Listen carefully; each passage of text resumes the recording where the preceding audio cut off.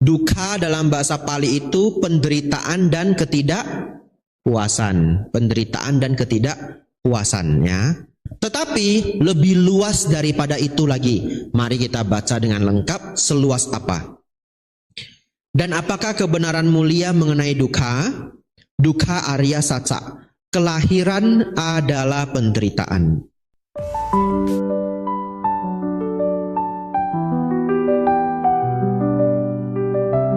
Baik, Bapak Ibu Saudara, mari kita berkonsentrasi. Kita akan belajar sampai lebih kurang jam 9 malam, Bapak Ibu Saudara, ya, atau 1,5 jam lebih kurang. Tidak ada pertanyaan, jadi Anda tidak perlu mikir hari ini. Biar saya aja yang mikir, Bapak Ibu. Ya, Anda tidak perlu mikir. Tidak ada pertanyaan. Kenapa saya menyampaikan tidak ada pertanyaan di depan? Agar Anda benar-benar fokus aja. Gak usah, otaknya tidak perlu 2 tugas. Ya, 1 tugas aja. Fokus. Bapak Ibu, sebelum kita ke kertas ini, tapi ini sudah masuk pelajaran ya. Ini kita masuk ke pelajaran. Bapak Ibu Saudara, sadarkah saudara-saudari, kapan umat Buddha disebut umat Buddha?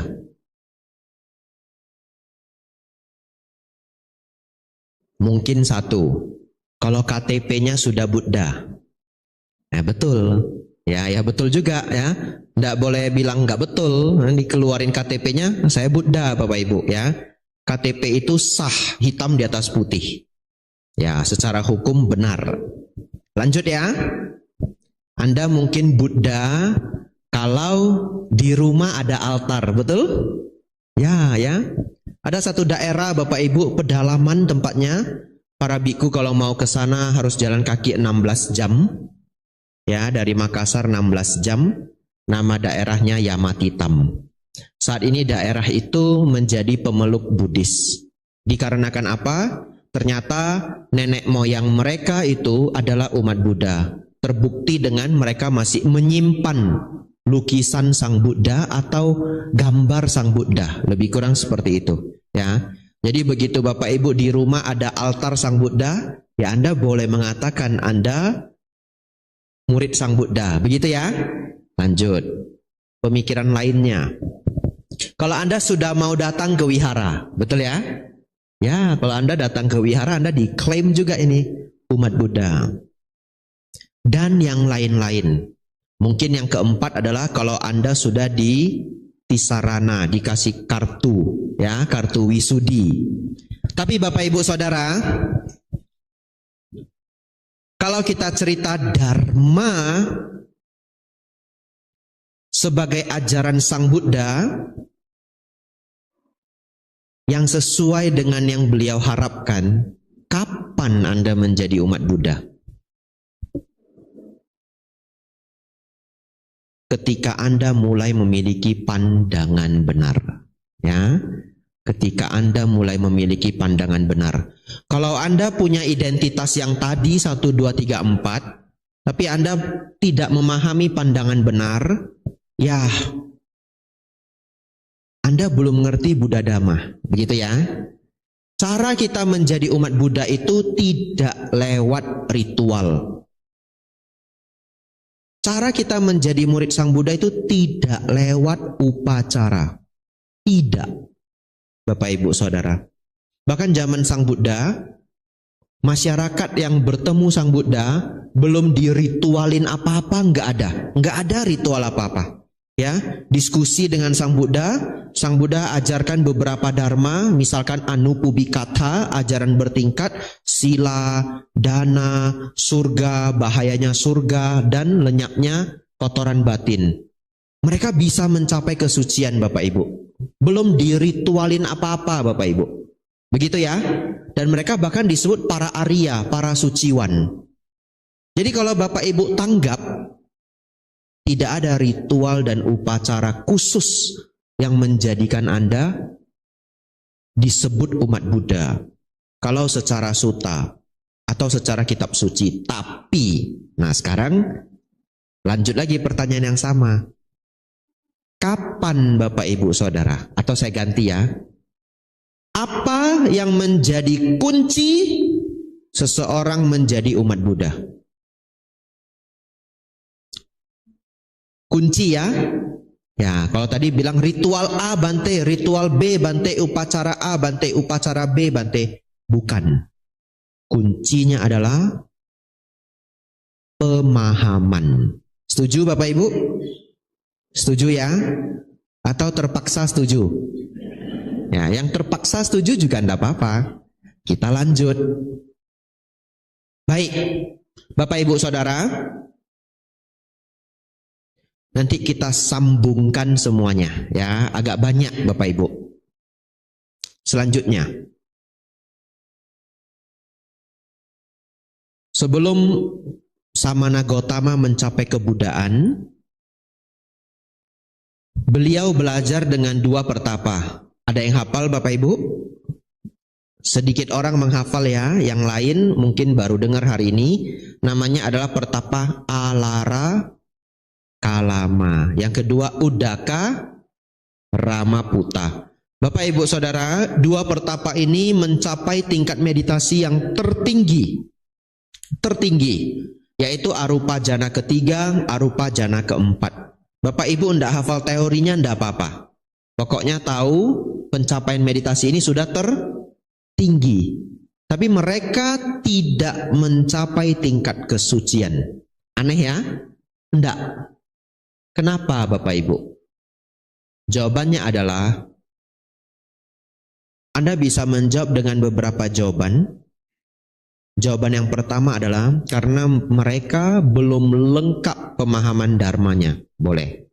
Atau karena Bapak Ibu semua murid Sang Buddha, kita masuk sedikit teknis. Ada jalan mulia berunsur 8. Ya, ajaran Sang Buddha yang membawa pada pencapaian Nibbana. Itu adalah kertas saya halaman terakhir Bapak Ibu ya. Halaman terakhir, jalan mulia berunsur 8. Sang Buddha mengatakan tidak ada meditasi yang benar tanpa 7 faktor di bawahnya. Berarti Bapak Ibu Saudara, nomor 8 itu nggak bisa benar kalau tidak ada nomor 1 sampai 7. Nampak Bapak Ibu? Lalu Sang Buddha lanjut. Dan di antara ke-8 ini, yang perlu hadir dulu adalah nomor 1, pandangan benar. Ya, pandangan benar Bapak Ibu hadir dulu, yang lainnya akan mengikuti Bapak Ibu. Ya, dengan pandangan benar muncul, secara alamiah pikiran benar akan muncul. Dengan pikiran benar muncul, secara alamiah ucapan benar akan muncul. Perbuatan benar akan muncul. Mungkin nomor 2, 3, 4 itu paling logis bagi Anda. Maksudnya apa? Setuju enggak? Kalau pikirannya benar ya ucapannya benar. Setuju? Setuju ya? Karena apa yang kita ucapkan itu kan apa yang kita pikirkan. Nah, kalau pikiran dan ucapan sudah benar, perbuatan mengikuti. Setuju Bapak Ibu? Ya, dan apa yang menjadi fondasi pikiran? Pandangan. Ya. Anda boleh masih ngerti 50% pandangan enggak apa-apa. Nanti kita masuk ke pandangan, ya. Bapak Ibu Saudara, kalau pikiran benar, ucapan benar, perbuatan benar, wajar enggak cari nafkahnya benar? Wajar sekali ya. Itulah dapat yang nomor 5. Ya, jadi Bapak Ibu Saudara, nomor 1 sampai 8 fondasinya adalah nomor 1. Bante tahu dari mana? Yang rajin silakan catat. MN spasi 117. MN spasi 117. Apa itu Bante?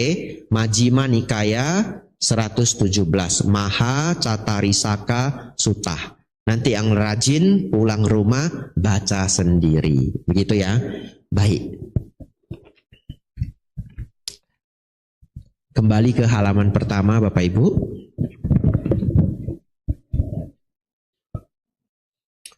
Pertanyaan selanjutnya. Kalau Bapak Ibu menyimak, ini sudah makan tadi Bapak Ibu? Sudah ya, yang belum cuma saya ya. Jadi Bapak Ibu harus lebih semangat dari saya, ya. Bapak Ibu Saudara, setuju enggak bahwa di antara seluruh perjalanan kita belajar Buddha Dharma, yang terpenting adalah pandangan benar. Setuju? Nah, akhirnya setuju ya. Pertanyaannya, apa itu pandangan benar Bapak Ibu? Dan kalau Anda bingung, yang duduk di depan saya Anda bingung, artinya selama ini Anda bahkan tidak mempelajari langkah pertama Anda. Ya, Anda sudah keliling-keliling dunia Bapak Ibu, ya. Ternyata depan rumah Anda belum Anda datengin. Begitu ya? Siap-siap Bapak Ibu, kita hafal bersama. Hafal ya, karena ini kelas Dharma. Ini kelas saya kelas terakhir Bapak Ibu ya. Saya lihat di foto Bapak Ibu. Itu? Ya, kelas terakhir. Nah, setelah ini habis kelasnya. Ya, jadi Bapak Ibu banyak menghafal hari ini sampai tanggal 11. Ya, tahun depan ujian Bapak Ibu. Nah, mau ujian lagi habis harinya. Saya pulang Bapak Ibu ya. Ya, ujiannya tahun depan. Mari kita hafal Bapak Ibu bersama. Yang disebut pandangan benar adalah satu, boleh dicatat ya, memahami baik dan buruk. Memahami baik dan buruk.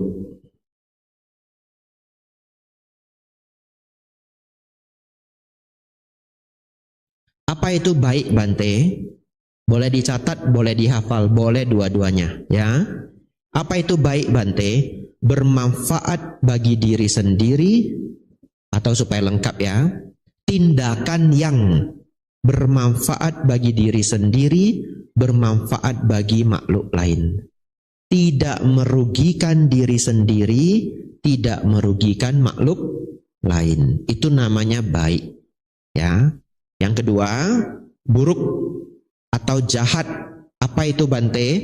Yang membawa kerugian pada diri sendiri dan atau merugikan makhluk lain. Ya.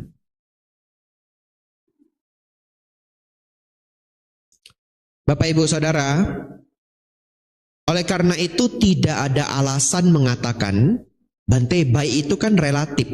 Ya, baik bagi saya kan belum tentu baik bagi dia.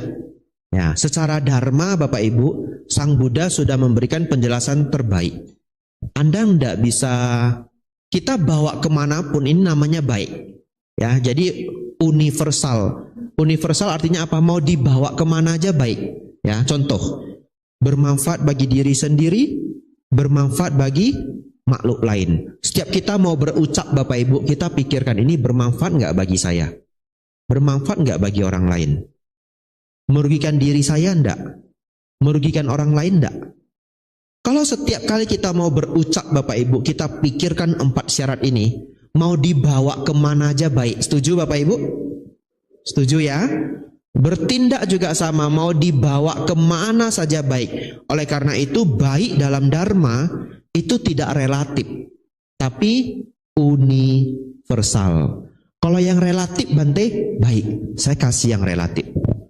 Ada seorang anak Bapak Ibu lahir di desa pencuri. Satu desa mencuri Bapak Ibu, mayoritas. Apa maksudnya Bante? Apakah ada seperti ini? Fiksi. Ini fiksi, ya. Tapi yang mirip-mirip mungkin ada. Ya, kadang di beberapa tempat satu desa itu banyak yang jadi pencuri spare part mobil. Ya. Bahkan di beberapa daerah ada penjualan spare part mobil bekas, motor bekas. Biasanya mobil bekas. Dan kita tidak bisa tahu itu memang barang bekas atau juga hasil curian. Ya, kecurigaan masyarakat seperti itu, tapi tidak ada bukti. Tapi ini fiksi Bapak Ibu ya. Kita ambil yang fiksi. Kenapa Bante ambil yang fiksi? Supaya aman. Ini direkam. Nah, ya. Kamera segede ini lihat. Nah, 2 lagi ya. Nah, jadi fiksi. Bapak Ibu Saudara, Seorang anak lahir di desa pencuri. Dari kecil dia lihat orang tuanya itu nyuri. Ya, kadang pulang bawa aki mobil, kadang pulang bawa ban sebiji. Di Banjarmasin bisa nggak hilang ban sebiji? Bisa ya? Wah, Anda tidak kalah dengan kota Medan ya. Ya, di kota Medan bisa hilang bannya 4 Bapak Ibu. Iya, itu truk atau mobil begitu. Tiba-tiba bangun itu bannya udah hilang semua. Diganjal pakai kayu Bapak Ibu. Ya, sama ban serapnya disisain dah. Ya, mungkin kenang-kenangan Bapak Ibu. Ya, kadang bisa hilang semua, hilang bannya hilang semua, aki juga hilang. Kasihan sekali loh. Ya. Bapak Ibu Saudara, anak kecil ini terbiasa. Dia lihat papanya pulang bawa aki, pulang bawa ban, pulang bawa apa lagi Bapak Ibu? Ah, pinter ya, kaca spion ya. Ini jangan-jangan ada yang pernah ngalamin ini ya. Ya, kaca spion cepat sekali loh hilang ya. Klek gini, hilang loh Bapak Ibu. Dan kalau saya dengar, kalau tidak salah ya, Mercedes-Benz itu klek gitu, 10 juta rupiah loh. Itu bertahun-tahun yang lalu, sekarang mungkin naik harga. Kaca spionnya Mercedes-Benz Bapak Ibu. Ya, 10 atau belasan juta rupiah. Bapak Ibu Saudara, bagaimana anak kecil ini bisa memahami mencuri itu buruk? Betul Bapak Ibu? Nah, dia lahir dengan keadaan seperti itu. Lalu Anda tanya dia, mencuri itu baik atau buruk? Dia jawabnya apa Bapak Ibu? Baik. Kenapa? Karena dia tahu setiap ayahnya pulang bawa aki, artinya ayam goreng. Nah, anak kecil tahu? Iya. Kalau ayahnya pulang bawa ban serap gede, namanya apa Bapak Ibu? Bistik ayam. Nah, dia enggak ngerti. Dia enggak ngerti bahwa mencuri itu jahat. Yang dia ngerti, kalau banyak barang terambil, dia bisa bayar uang sekolah. Betul Bapak Ibu? Oleh karena itu Bapak Ibu, baik dalam dharma tidak relatif. Baik dalam dharma universal. Saya sangat ingin Bapak Ibu hafal baik dan buruk ini. Kelihatan sangat sederhana tapi sangat powerful ya. Bermanfaat bagi diri sendiri, bermanfaat bagi makhluk lain. Tidak merugikan diri sendiri, tidak merugikan makhluk lain. Kadang saya mengajar lintas agama Bapak Ibu. Kalau saya mengajar lintas agama, saya turunin sedikit. Ya, atau kalau Anda ngobrol sama teman Anda yang beda agama, konsepnya sama, boleh Anda turunin sedikit. Bermanfaat bagi diri sendiri, bermanfaat bagi orang lain. Tidak merugikan diri sendiri, tidak merugikan orang lain. Ya, sudah 10 kali mungkin saya ulang Bapak Ibu ya. Anda mestinya sudah hafal. Kenapa Bante perlu kita hafal? Bapak Ibu tahu, kalau Anda hanya hafal 2 kalimat panjang ini, Anda bahkan tidak mengerti 5 sila, tidak ada sila yang Anda langgar. Betul Bapak Ibu?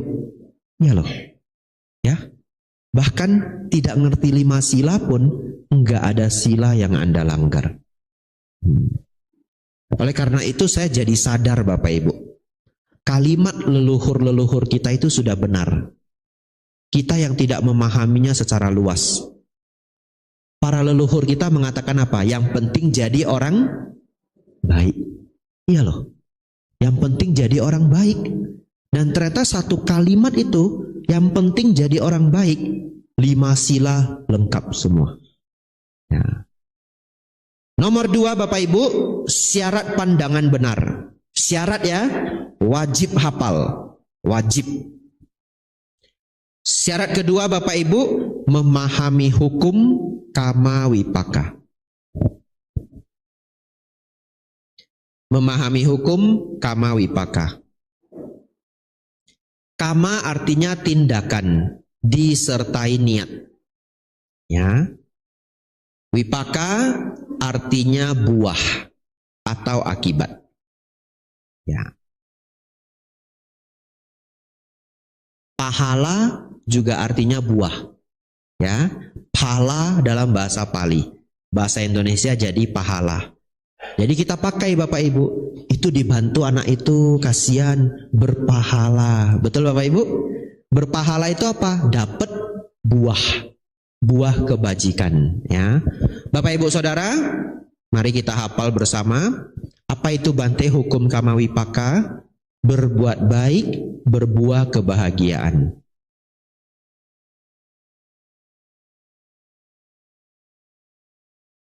Berbuat buruk atau berbuat jahat, berbuah penderitaan.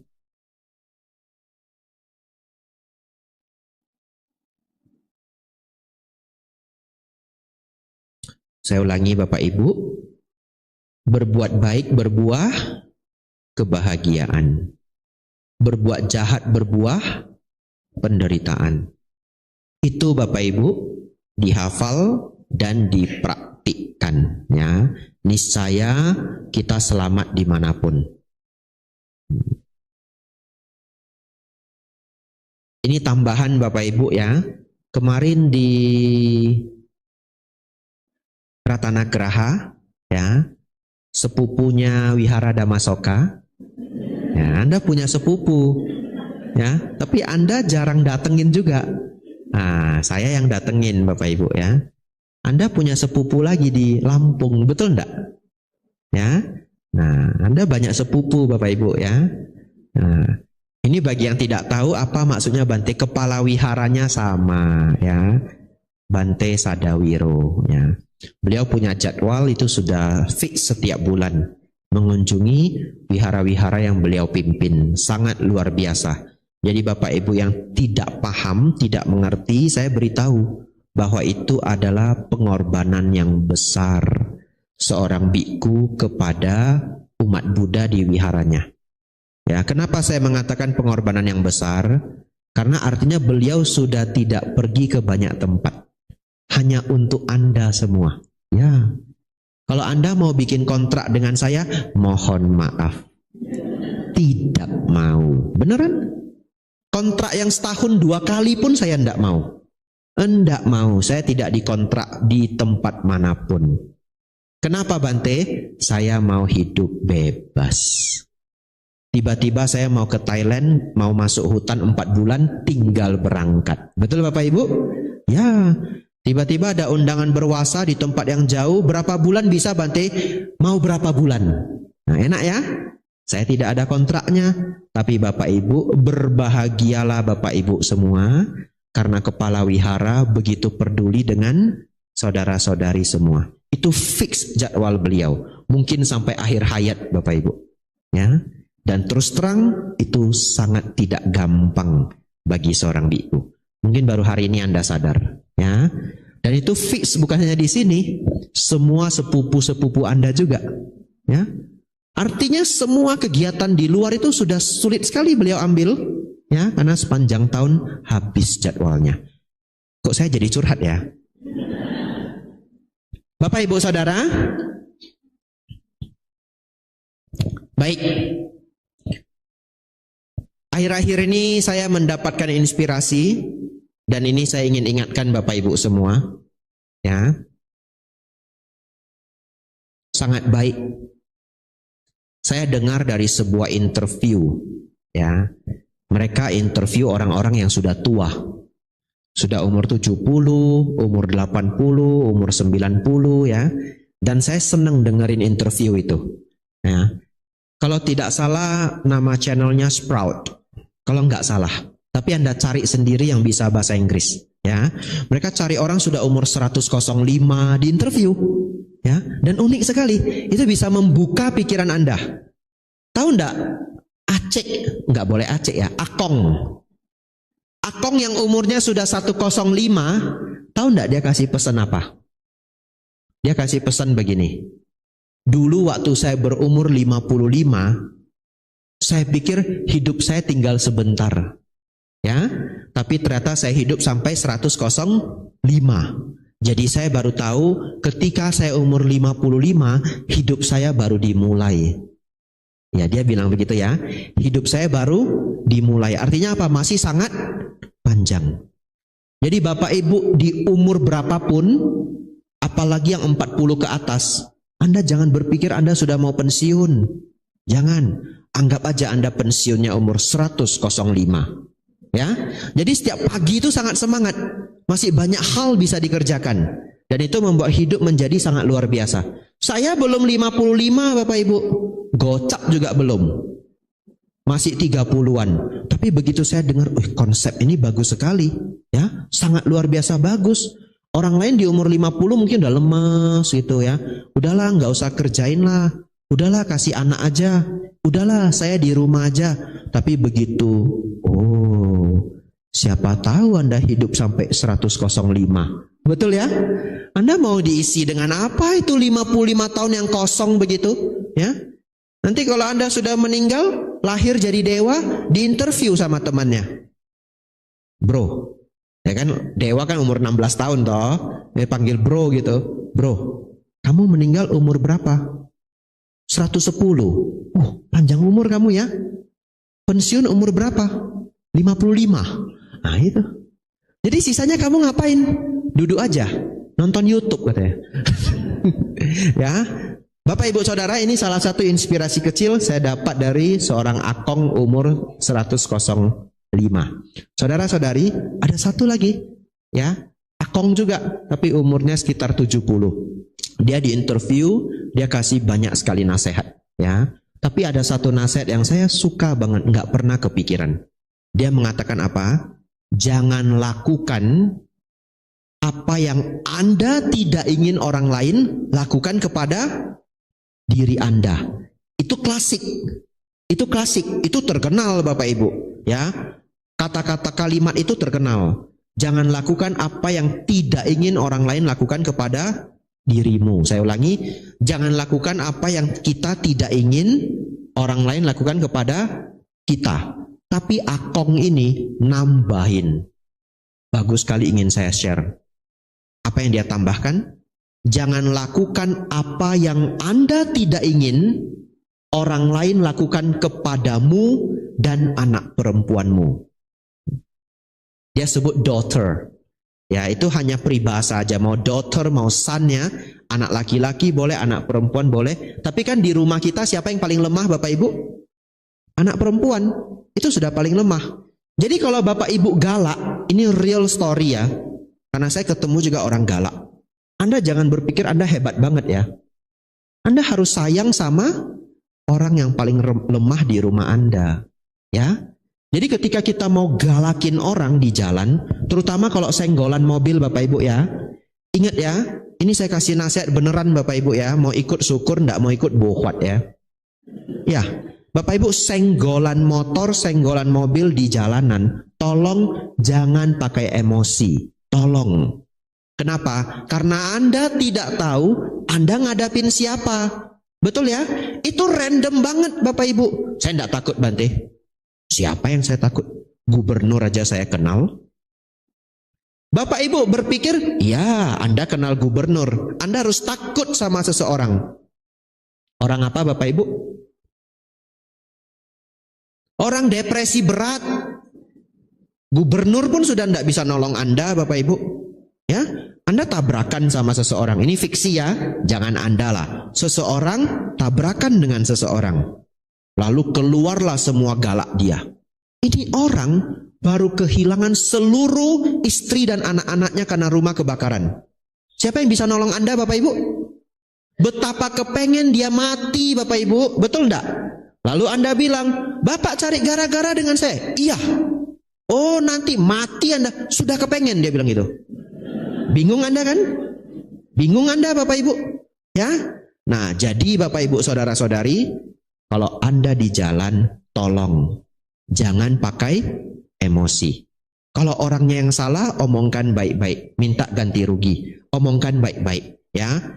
Ada jalur hukum, ada jalur kekeluargaan, ada jalur damai. Silahkan Anda gunakan yang terbaik. Saudara-saudari, itu juga salah satu pengingat kita akan hukum kamah. Apa yang kita lakukan bisa balik ke kita. Kita ingat nasihat akong itu, lalu kita maju. Bapak Ibu Saudara, jangan lakukan apa yang kita tidak ingin orang lain lakukan kepadaku dan anak perempuanku. Peribahasa, saya tidak punya anak. Ya, Lanjut Bapak Ibu. Baik Bapak Ibu Saudara, pandangan benar itu syaratnya 3. 1. Memahami baik dan buruk.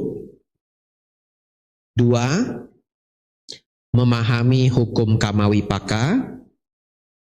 Dan ketiga, memahami 4 kebenaran mulia. Bapak Ibu Saudara, sebelum saya lanjutkan, ingin saya sampaikan, memang ini adalah perjumpaan pertama kita, ya. Di wihara lain Bapak Ibu, di setiap provinsi yang saya datangi, biasanya perjumpaan pertama itu tidak pernah berat seperti ini. Tidak pernah. Ya, saya ajak bercanda, kita cerita hantu, kita cerita dewa, ya betul. Ya, cerita orang sakit jiwa, ya, cerita kehidupan orang, kepo-kepo sedikit. Seru Bapak Ibu. Ya. Tapi Bapak Ibu, wihara Anda itu sudah terlalu terkenal. Ya, wihara Dhammasoka. Betul ya? Wihara Anda itu sudah terlalu terkenal. Jadi ekspektasi saya tinggi. Nah, itu nasib Anda. Siapa suruh Anda terkenal? Ya, ekspektasi saya tinggi sekali. Jadi begitu saya tiba, saya berpikir, ini kita langsung masuk modul ini, ya. Langsung masuk modul. Oleh karena itu Bapak Ibu Saudara, kalau Anda ada yang sudah mulai 30% ngantuk, Anda harus semangat. Ya, itu tanggung jawab atas nama besar Anda. Ini saya bertaruh ini ya. Ya saya juga mikir ini mau masuk ceramah bercanda-bercanda atau serius ini ya. Tapi Dhammasoka bisa lah ya. Anda kenal loh di medsos. Dulu ini wihara punya channel yang paling booming ketika COVID, betul enggak? Betul ya? Nah, jadi Anda sudah terkenal, rasain keterkenalannya ya. Ada beban moralnya kalau terkenal ya. Iya. Jadi saya ekspektasi tinggi sekali dengan Anda. Mari Bapak Ibu, Anda fokus sampai jam 9 malam, 50 menit lagi. Mari kita masuk kertas Bapak Ibu. Saya bacakan, Bapak Ibu konsentrasi ya. Pusat dari keseluruhan ajaran Sang Buddha adalah 4 kebenaran mulia. Cattari Arya Satsa. Jika seseorang dapat memahami 4 kebenaran mulia ini, maka seseorang dapat memahami Buddhisme. Sang Buddha mendefinisikan kebenaran mulia yang pertama seperti ini. Silakan digarisbawahi Bapak Ibu. Kalau yang membawa pennya, yang tidak enggak apa-apa. Jika seseorang dapat memahami 4 kebenaran mulia ini, maka seseorang dapat memahami Buddhisme. Sepenting itulah ajaran ini Bapak Ibu ya. Oleh karena itu Bapak Ibu Saudara, daripada Bapak Ibu masuk ke 10 pelajaran lain tapi belum dapat basicnya, sayang. Mending Anda ambil basic ini, lalu nanti Anda bisa belajar yang lainnya. Nomor 1 Bapak Ibu, kebenaran mulia yang pertama. Dan apakah kebenaran mulia mengenai dukkha? Dukkha Arya Satsa. Jadi Bapak Ibu, kebenaran mulia yang pertama Anda boleh tulis di sampingnya yang bawa pennya, adanya dukkha. D-U-K-K-H-A. Bukan duka dalam bahasa Indonesia, ya, tapi dukkha dalam bahasa Pali. Ya.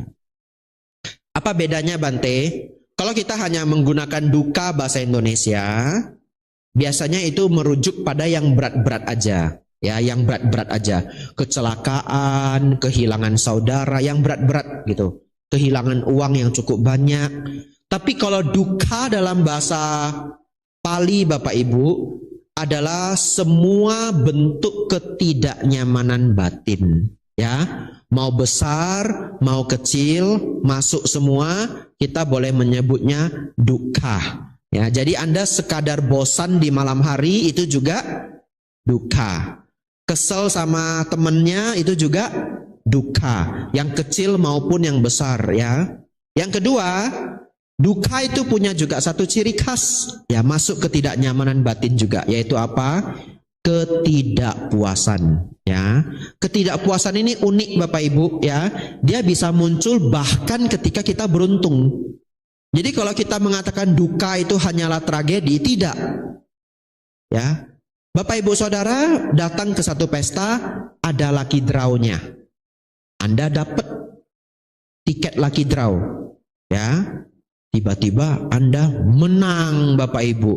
Juara 1, dikasih kotak, pulang Bapak Ibu, ya. Ternyata dibuka Bapak Ibu, dapatnya apa? Blender. Nah. Hadiah utamanya blender Bapak Ibu, ya. Ya. Blender atau blender? Blender, ya. Orang Medan Bapak Ibu. Blender. Ya. Di Medan tidak ada komputer Bapak Ibu, yang ada komputer. Ya, ini bener ini, ya. Ini jadi nggak ada blender itu nggak ada. Yang ada apa Bapak Ibu? Blender, ya. Gawat ini Medan saya keluar, ya. Ya, Bapak Ibu Saudara-saudari, secara logika dapat hadiah itu seneng apa enggak? Seneng toh. Tapi kok sedih? Tidak puas, ya. Karena udah seberuntung itu, dia bungkusnya gede lagi Bapak Ibu. Isinya blender, nah, blender, ya. Latihan dulu Bapak Ibu, ya. Biar agak modern kita Bapak Ibu, ya. Blender gitu. Bapak Ibu Saudara dapatnya blender. Nah, di Wihara Wat Bowon, dulu saya tinggal di sana 3 tahun 7 bulan. Menarik sekali loh Bapak Ibu, ya. Setahun kita dapat 2 kali lucky draw. Lucu, ya. Gak ada di Indonesia. Lucu, karena bikunya banyak. Bikunya ada 150 kadang kalau masa wasa, ya. Kalau tidak masa wasa 120, ya. Tapi sebagian itu biku sementara, ya. Nanti 3 bulan atau 2 minggu mereka mengembalikan latihan. Tapi ketika masa COVID tidak ada biku pabaja, tidak ada, ya. Saya jadi dapat angka sebenarnya para bante di Wihara Wat Bowon. Ternyata biku tetapnya 80. Ya, Bapak Ibu Saudara, setahun 2 kali kita dapat lucky draw. Kalau nggak salah bahasa Thai namanya cap calak, ya, cap calak. Itu bahasa Thainya. Nggak apa-apa, nggak usah dihafal Bapak Ibu, ya. Biar saya aja, ya. Bapak Ibu Saudara, satu ketika Waisak, ya. Yang kedua, keluar wasa. Hadiah untuk keluar wasa. Hadiahnya itu beneran setiap orang dapat. Nah, itu lucunya. Semua bante dapat hadiah. Lucu, ya? Ya. Jadi Bapak Ibu Saudara, selesai doa keluar wasa, kita ritual upacara keluar wasa. Nah, semua ambil nomor. Beneran. Lalu kadangkala mereka udah males bagiin nomor. Udah males bagiin nomor, jadi bagaimana? Ambil, silakan ambil aja. Ya, kenapa? Karena kan bikunya 100, katakanlah 150. Ya, bante yang tua itu sudah nggak kepengen ambil. Karena keserakahannya sudah sangat berkurang, ya. Yang pengen ngambil siapa? Biku pabaja, betul, ya? Karena mereka baru jadi biku sebulan 2 bulan, seru gitu. Mereka mau ngambil dulu. Kalau saya tahun pertama pengen ngambil juga. Ya, belum pernah ngerasain toh. Anda tahu enggak lucunya Bapak Ibu? Kita semua kena prank Bapak Ibu. Ini kan kado dibungkus-bungkusin gede banyak itu di depan uposata. Banyak.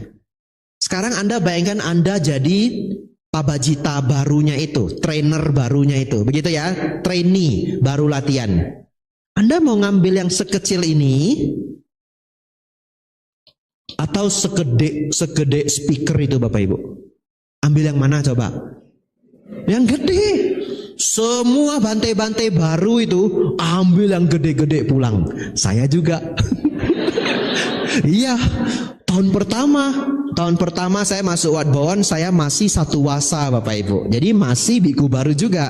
Sekarang saya 8 wasa. Baru 1 wasa, wah cari.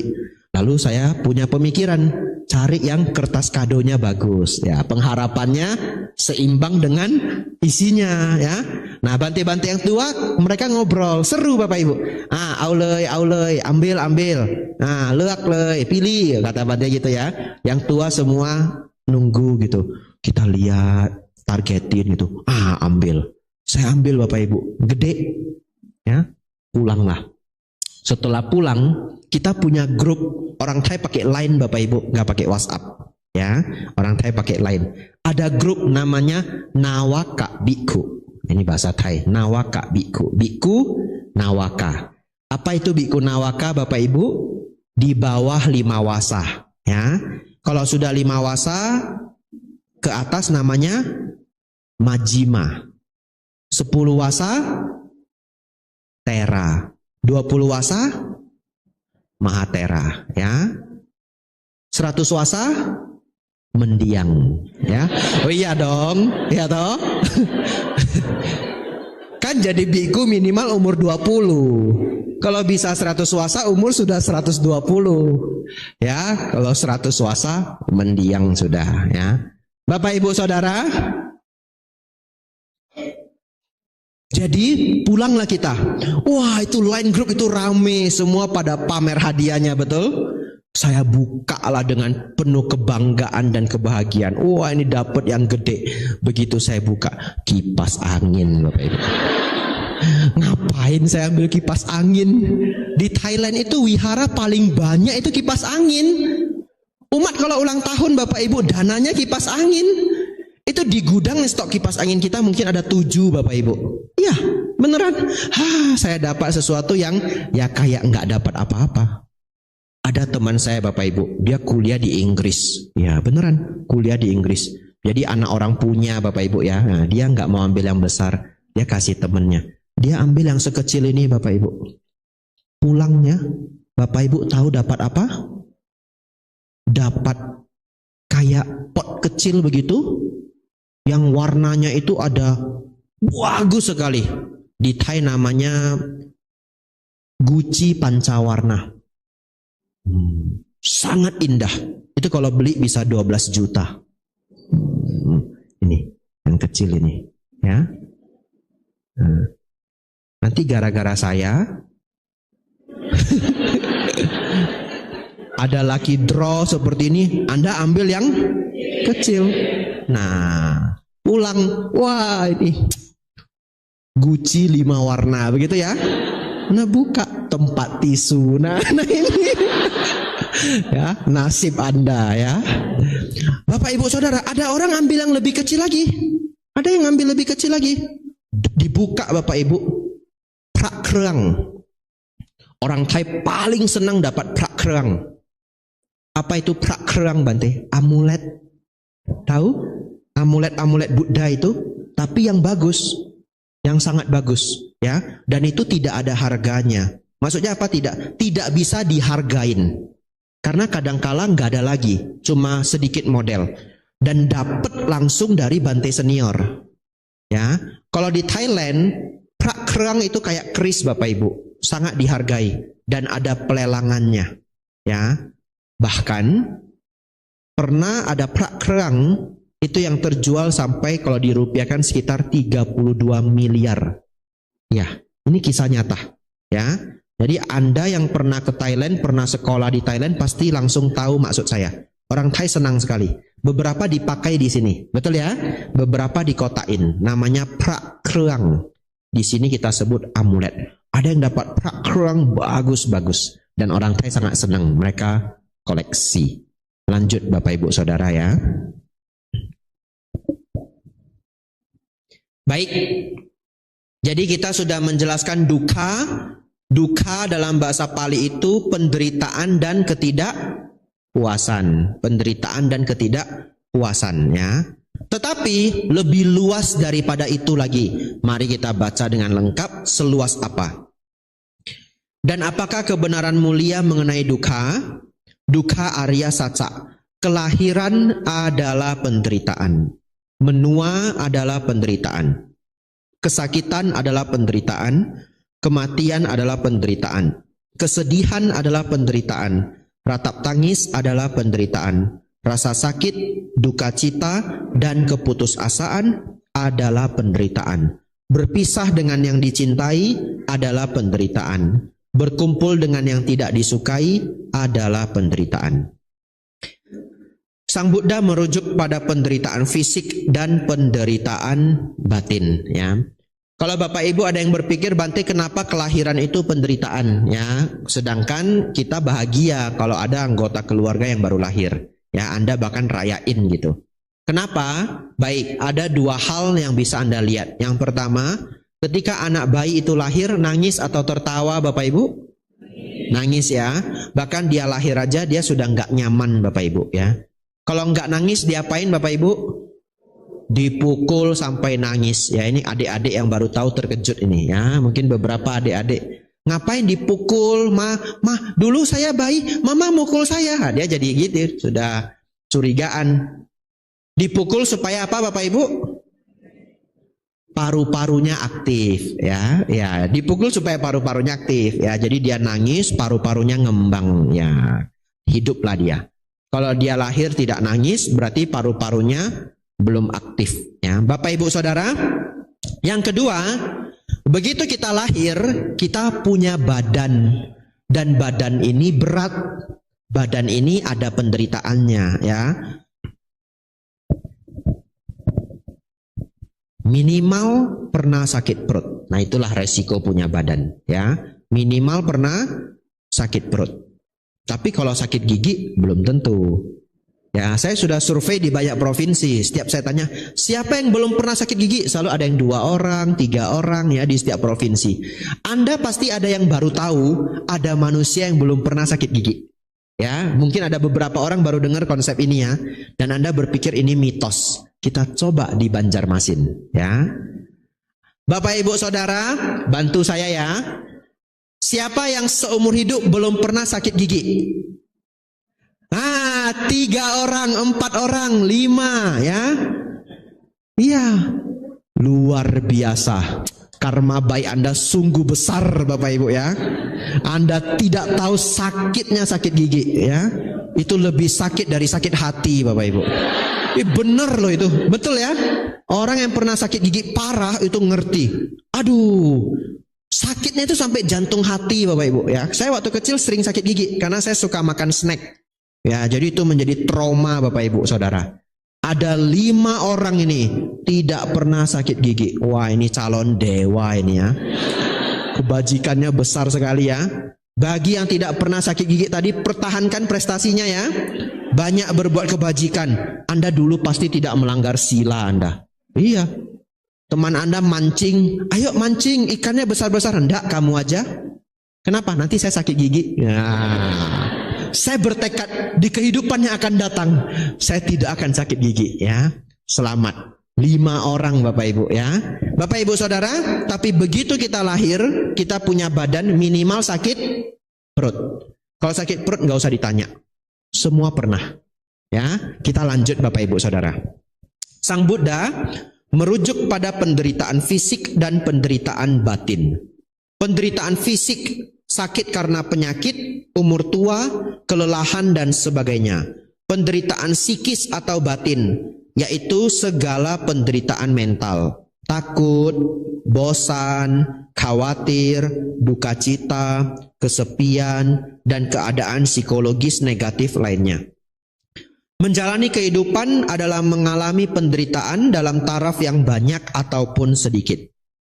Sang Buddha tidak menyangkal akan keberadaan kesenangan dan kebahagiaan. Bapak Ibu Saudara, bagi yang bawa pen, silakan diberi tanda kalimat ini, ya. Mau dilingkari boleh, mau dikasih bintang ya boleh. Ingat Bapak Ibu Saudara, Sang Buddha tidak pernah menyangkal keberadaan kebahagiaan. Jadi umat Buddha tolong, ya, jangan berpikir sebagai umat Buddha tidak boleh berbahagia, ya. Selalu sedih hidupnya, hidup sederhana sekali, semua kebahagiaan gak mau dialamin. Tidak seperti itu, ya. Umat Buddha mencari kebahagiaan sejati, ya. Yang perlu dihati-hatiin itu adalah kemelekatan. Tetapi memiliki keseharian yang bahagia itu ya sungguh baik, betul, ya.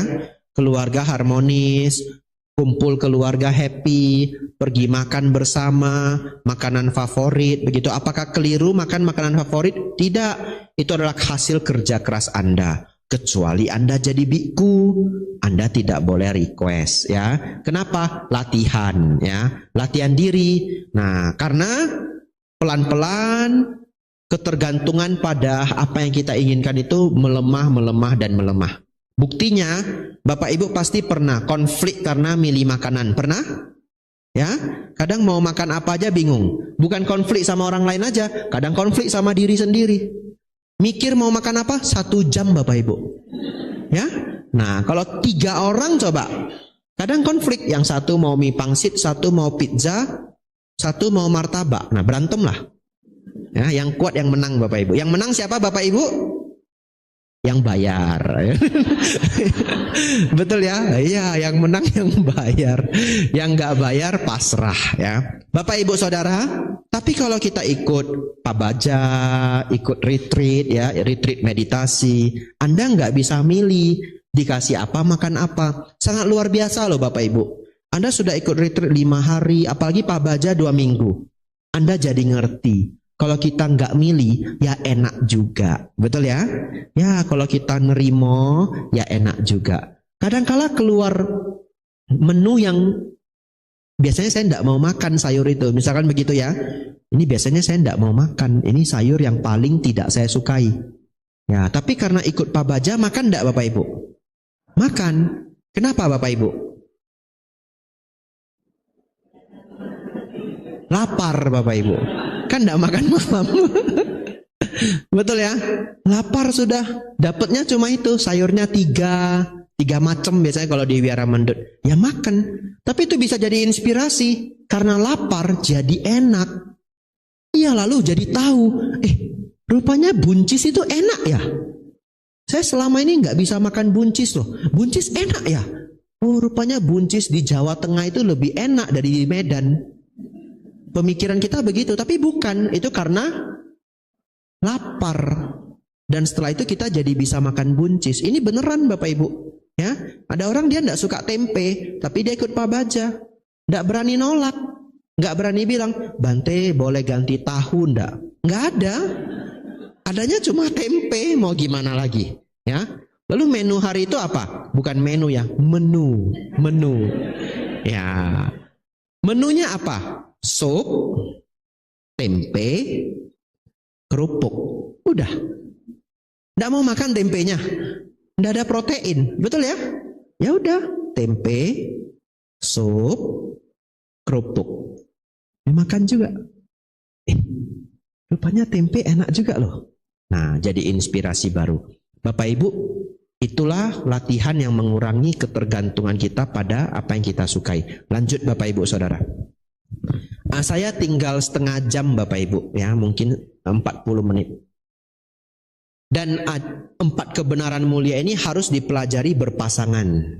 Ya, harus dipelajari berpasangan supaya paham bulat. Jadi kita harus belajar kebenaran 1 dan 2 pasangan. Besok kita belajar 3 dan 4, ya. Jadi kita agak buru-buru agar saya masuk ke nomor 2.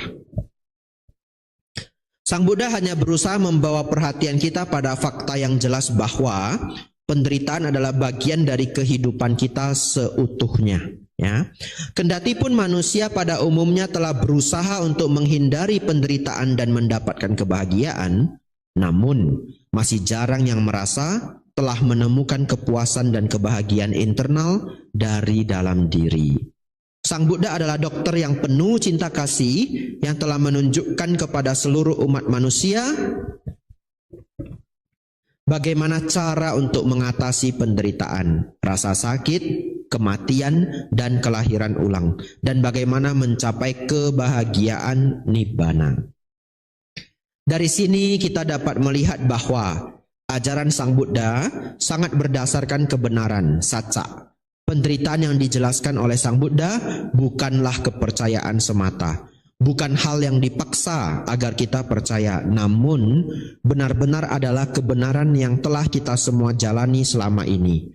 Oleh karena itu, ajaran Sang Buddha dikenal sebagai ajaran yang berdasarkan pada kebenaran atau fakta, bukan merupakan ajaran yang dipaksakan untuk dipercayai.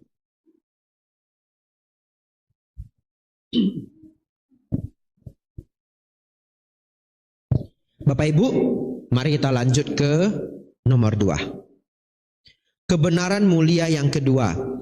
Kebenaran mulia yang kedua adalah kebenaran mulia dari sebab penderitaan. Dukkha samudaya arya satsa.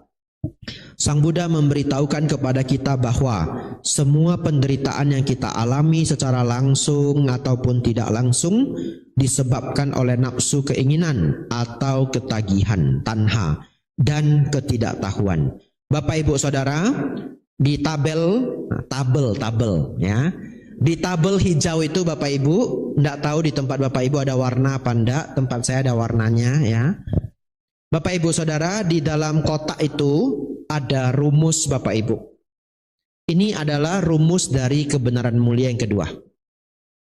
Bapak Ibu Saudara, kalau 4 kebenaran mulia ini dipaksakan, ada yang maksa saya Bapak Ibu, Bante ajarin 2 nomor aja boleh enggak? Saya dipaksa Bapak Ibu. Maka saya hanya akan mengajarkan nomor 2 dan nomor 4. Ya, ngerti maksudnya? Artinya nomor 2 ini sepenting itu ya. Dari 4 kebenaran mulia yang sangat penting adalah nomor 2 dan nomor 4. Lalu nomor 1 itu apa Bante? Nomor 1 itu sebagai background, sebagai penjelasan menuju nomor 2 ya. Jadi yang menjadi solusi, yang menjadi rumusan yang luar biasa itu adalah nomor 2 Bapak Ibu. Jadi Bapak Ibu Saudara, Bapak Ibu harus selalu hafal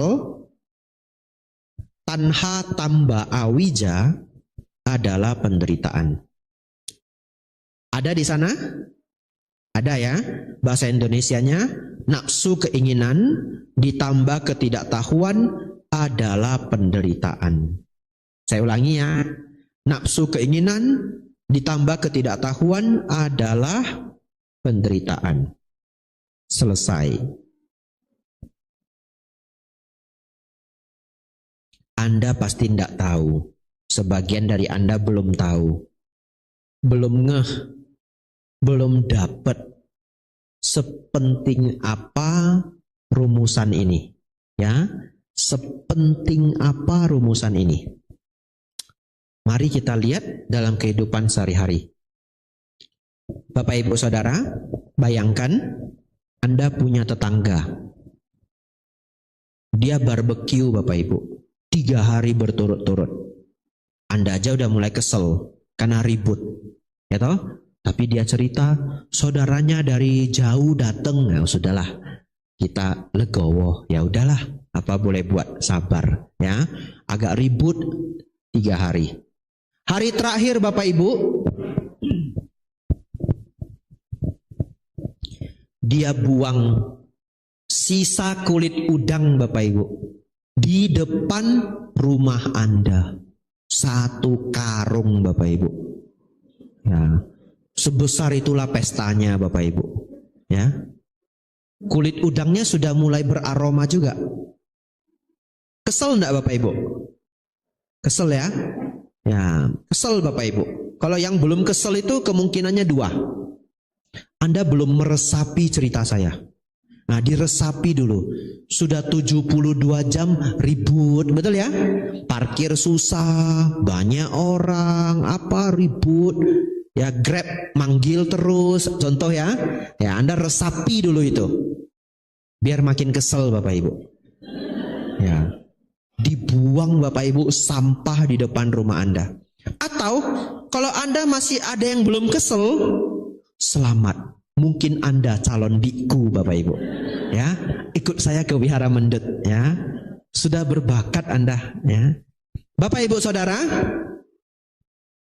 kesel? Nah, lupa sama rumusnya toh? Yang membuat Anda menderita siapa? Tetangga Bante. Itu tetangga Bante, aneh Bante, tidak punya perasaan, tidak punya hati nurani Bante. Kalau bahasa palinya tidak ada meta karuna. 3 hari saya sabar Bante, dibuang Bante sampahnya depan rumah saya. Saya jadi budaknya Bante gitu ya.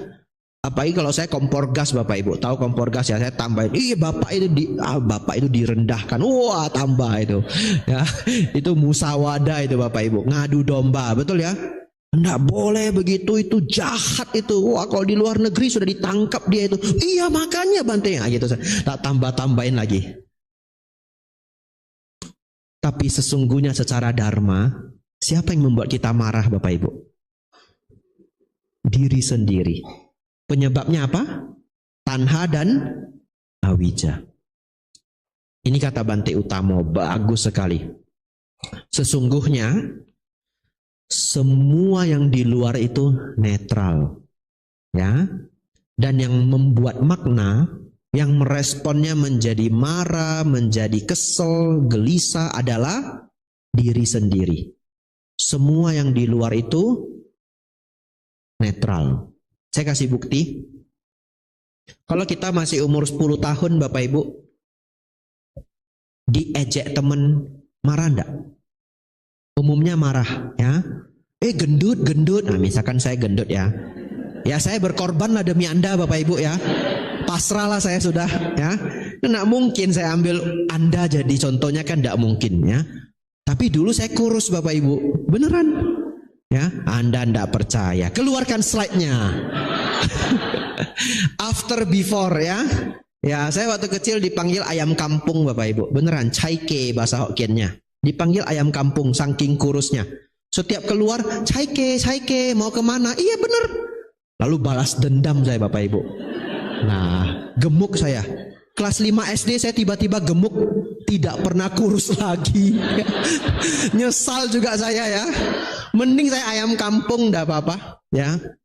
Tapi kalau Anda penasaran Bante kok bisa jadi gemuk, dulu saya latihan bulu tangkis Bapak Ibu, sangat berat ya. Gurunya sangat sayang ke saya sangat berpotensi, tapi saya nggak ngerti karena saya masih kecil ya. Dia sering ngukum saya. Setiap terlambat lari tambah 10 kali. Padahal karena dia menganggap saya sangat potensial, ingin jadiin saya jadi atlet. Tapi kita masih kecil kan nggak ngerti ya. Akhirnya terlalu berat latihan saya dibanding teman-teman saya yang seumur. Kelas 5 SD saya putuskan saya nggak mau latihan lagi. Ya, orang tua marah Bapak Ibu ya, kesel gitu. Ya, tapi ya udah, anaknya nggak mau, gimana lagi? Bengkaklah saya Bapak Ibu. Ya, karena latihan dari guru saya itu dulu berat sekali. Ya, seminggu entah 3 kali atau 4 kali. Saudara-saudari, waktu kita umur 10 tahun kita diejek gendut misalkan ya, atau apalah ya, tinggi misalkan begitu. Marah enggak Bapak Ibu? Bisa marah ya. Anak kecil umur 10 tahun bisa marah. Kalau sekarang Anda diejek kayak dulu kecil, marah enggak? Ya biasa aja ya, kalau marah ya lucu. Betul ya? Ya, diejek, terlambat. Kan gitu ya kalau kita kecil ya. Dulu kita marah. Terlambat, kamu terlambat itu. Ya, kita dulu marah. Kenapa sekarang nggak marah? Anda tiba-tiba masuk lalu ada orang itu di samping, terlambat apa, bingung ya. Ini kenapa orang ini? Ini sekilo kurang 3 ons ini. Ya, ini sekilo kurang 2 ons ini. Terlambat. Nah, itu membuktikan Bapak Ibu, sebenarnya yang di luar itu adalah netral. Kitanya yang memaknainya. Kenapa umur 10 tahun kita marah? Kenapa sekarang kita tidak marah? Karena sudah dewasa. Semakin dewasa semakin bijaksana. Jadi Bapak Ibu Saudara, semakin Anda bijaksana, Anda semakin jarang merespon negatif. Ya, masih ada, Anda tingkatkan lagi kebijaksanaan. Oleh karena itu Bapak Ibu Saudara, pasti sangat sulit. Pasti sangat sulit. Kalau ikut Dhamma Class gampang. Ya. Kalau ikut Dhamma Class gampang. Pokoknya seminggu dari sekarang Anda tidak marah Bapak Ibu. Ya, bulan depan kumat Bapak Ibu. Iya, betul. Ini kena SPD setiap hari itu enggak marah. Ya. Suaminya aja bingung, kamu kok jadi baik gitu. Ya, atau istrinya bingung ya, papa kok jadi beda gitu. Iya, masa SPD kan begitu ya. Iya, bulan depan kumat Bapak Ibu. Bapak Ibu Saudara, bisa ndak? Kira-kira bisa ndak umumnya orang seperti ini? Umat Buddha lah kita ambil contohnya. 3 hari sudah tersiksa, ribut, rame ya, kena asap ya. Wah, pokoknya tersiksa lah 72 jam. Begitu pagi happy bangun, akhirnya pestanya usai, dikasih sampah Bapak Ibu. Segunung. Ya, padahal tempat dia ada, enggak, digeser semua ke tempat kita. Bapak Ibu Saudara, bisakah Bapak Ibu langsung mengatakan tanha dan awija? Bisa? Kalau bisa ya 2 jempol Bapak Ibu. Ya, pasti lupa. Betul ya? Nggak mungkin lah. Ya kalau minggu depan mungkin. Ya, 3 bulan lagi nggak mungkin. Begitu buka sampah daun dari sebelah dikasih sampah apa. Ini gimana ini tetangga? Tapi barangkali ada ya di Banjarmasinnya. Begitu daun berserakan. Tanha dan awija. Anda nggak marah sedikit pun. Anda keluarkan sapu, Anda nyapu. Ini luar biasa. Besoknya dikasih lagi tanha dan awija. Coba 7 hari Bapak Ibu. Ngamuk juga Bapak Ibu ya. Wah, 2 hari bisa Bapak Ibu lewat ya. Tapi Bapak Ibu Saudara, Sang Buddha mengingatkan kita semua. Sesungguhnya yang membuat kita marah adalah diri sendiri. Sesungguhnya ketika keinginan terlalu banyak sampai menjadi sangat gelisah, yang buat adalah diri sendiri. Ketika Anda angkuh, sombong, egonya tinggi sekali, ya, salah dipanggil saja pangkatnya, ya, salah dipanggil saja statusnya, Anda marah luar biasa. Sesungguhnya ego itu siapa yang bikin Bapak Ibu? Diri sendiri. Itulah pencerahan yang kita dapatkan malam hari ini Bapak Ibu ya. Sesungguhnya semua penderitaan kita yang buat adalah nafsu keinginan dan kebodohan ya. Cuma di sini disebut ketidaktahuan. Kita yang bodoh sendiri kok Bapak Ibu ya. Kita yang bodoh sendiri. Mari kita baca penjelasannya. Sebagai contoh, seseorang dapat saja memiliki hasrat sangat tinggi untuk menjadi kaya. Karena ia berpikir bahwa uang dapat membuatnya bahagia. Oleh karena ia tidak sanggup menjadi kaya, ia menjadi frustasi dan tidak puas. Hubungan antara nafsu keinginan menginginkan uang dan ketidaktahuan secara keliru mempercayai bahwa uang membawa kebahagiaan secara sangat jelas terlihat sebagai sebab dari penderitaan orang tersebut.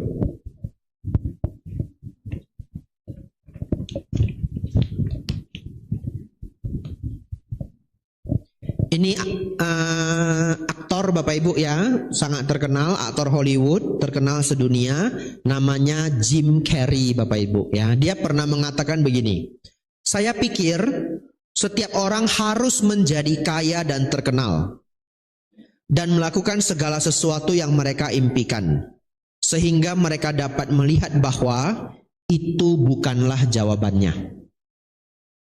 Apa artinya Bapak Ibu? Dia dari nol Bapak Ibu ya. Jim Carrey ini dulu tidak kaya, dari nol.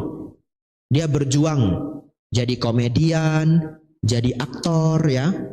Saking kepengen kaya Bapak Ibu, dia pernah ambil cek kosong, dia tulis sendiri nama dia tulis sendiri 10 juta dolar ya, buat impian Bapak Ibu ya, buat impian. Taruh di dompet dia. Bapak Ibu Saudara, ini testimoni dari dia sendiri Bapak Ibu. Ternyata ketika dia sudah punya semuanya, duit dia sudah puluhan juta dolar mungkin, ya, karena dia tembus akhirnya yang ada di dompetnya 10 juta dolar dia tembus Bapak Ibu ya, dan itu sudah lama sekali. Kalau 10 juta dolar hari ini aja sudah 100 hampir 170 miliar, betul enggak? Ya, enggak tahu dolar hari ini berapa Bapak Ibu ya. Ya, 170 miliar lebih kurang, sebanyak itu. Itu uang dulu lagi. Bapak Ibu Saudara, dia terkenal, sukses, uang banyak, tapi dia jadi sadar. Ternyata dia juga tidak setiap detiknya, tidak setiap menitnya bahagia. Ngerti? Ya. Padahal dulu dia berpikir kalau saya sudah seperti itu, maka betapa bahagianya saya. Kenapa Bapak Ibu Saudara? Karena satu, semua kesenangan duniawi itu membiasa. Itu yang pertama. Membiasa. Yang kedua, tidak terpuaskan. Ya. Jadi Bapak Ibu tidak usah jauh-jauh. Contoh yang simpel saja. Kalau Bapak Ibu pernah punya motor atau mobil impian, terus dapat, senang nggak Bapak Ibu? Senang ya? Ya, seminggu Bapak Ibu diliatin, tidak berkedip Bapak Ibu. Ya, saking senangnya. Belum kotor sudah dilap, betul enggak? Ya, belum kotor sudah dilap, itu saking senangnya. Pertanyaan saya. Setelah 1,5 tahun, apakah senangnya sama dengan minggu pertama? Tidak, ya. Setelah 1,5 tahun, ya jadi biasa-biasa saja. Bagaimana supaya dapat kebahagiaan sebulan pertama itu lagi? Beli baru ya. Beli barunya harus naik level lagi, betul enggak? Ya. Kalau dulu Avanza harus ganti Bapak Ibu. Innova Reborn. Dipandangin lagi. Wah, bagus ya mobilnya. Hebat memang saya, betul? Ini kira-kira, saya kan tidak punya Bapak Ibu. Ya, kira-kira tok ya. Ya. Lewat lagi 3-4 tahun, pengen lagi perasaan yang sama, harus naik level lagi. Fortuner, betul? Fortuner udah nggak bisa Bante, sudah mati rasa. Land Cruiser. Nah, kredit 15 tahun. Nah, contoh. Contoh ya Bapak Ibu ya. Senang dipandang-pandangin. Itulah kutukan kita sebagai manusia Bapak Ibu ya. Kutukan. Kutukannya apa? Tidak terpuaskan. Itu ganggu kita enggak Bapak Ibu? Duka enggak? Itu tanha. Tanha. Ditambah awija. Kalau sudah wija seperti apa? Awija tidak tahu. Awija artinya tidak tahu, tidak punya pengetahuan. Wija pengetahuan. Tidak. Awija tidak ada pengetahuan. Bahasa Sanskertanya apa? Widya. Ya. Jadi kalau yang namanya widya itu artinya pengetahuan. Awidya tidak berpengetahuan. Pengetahuannya apa? Pengetahuan dharma. Jadi kalau Bapak Ibu sudah ikut kelas seperti ini, Bapak Ibu sudah tahu kita punya kutukan. Kutukan kita apa? Tidak pernah terpuaskan. Karena tidak pernah puas, keinginan selalu muncul.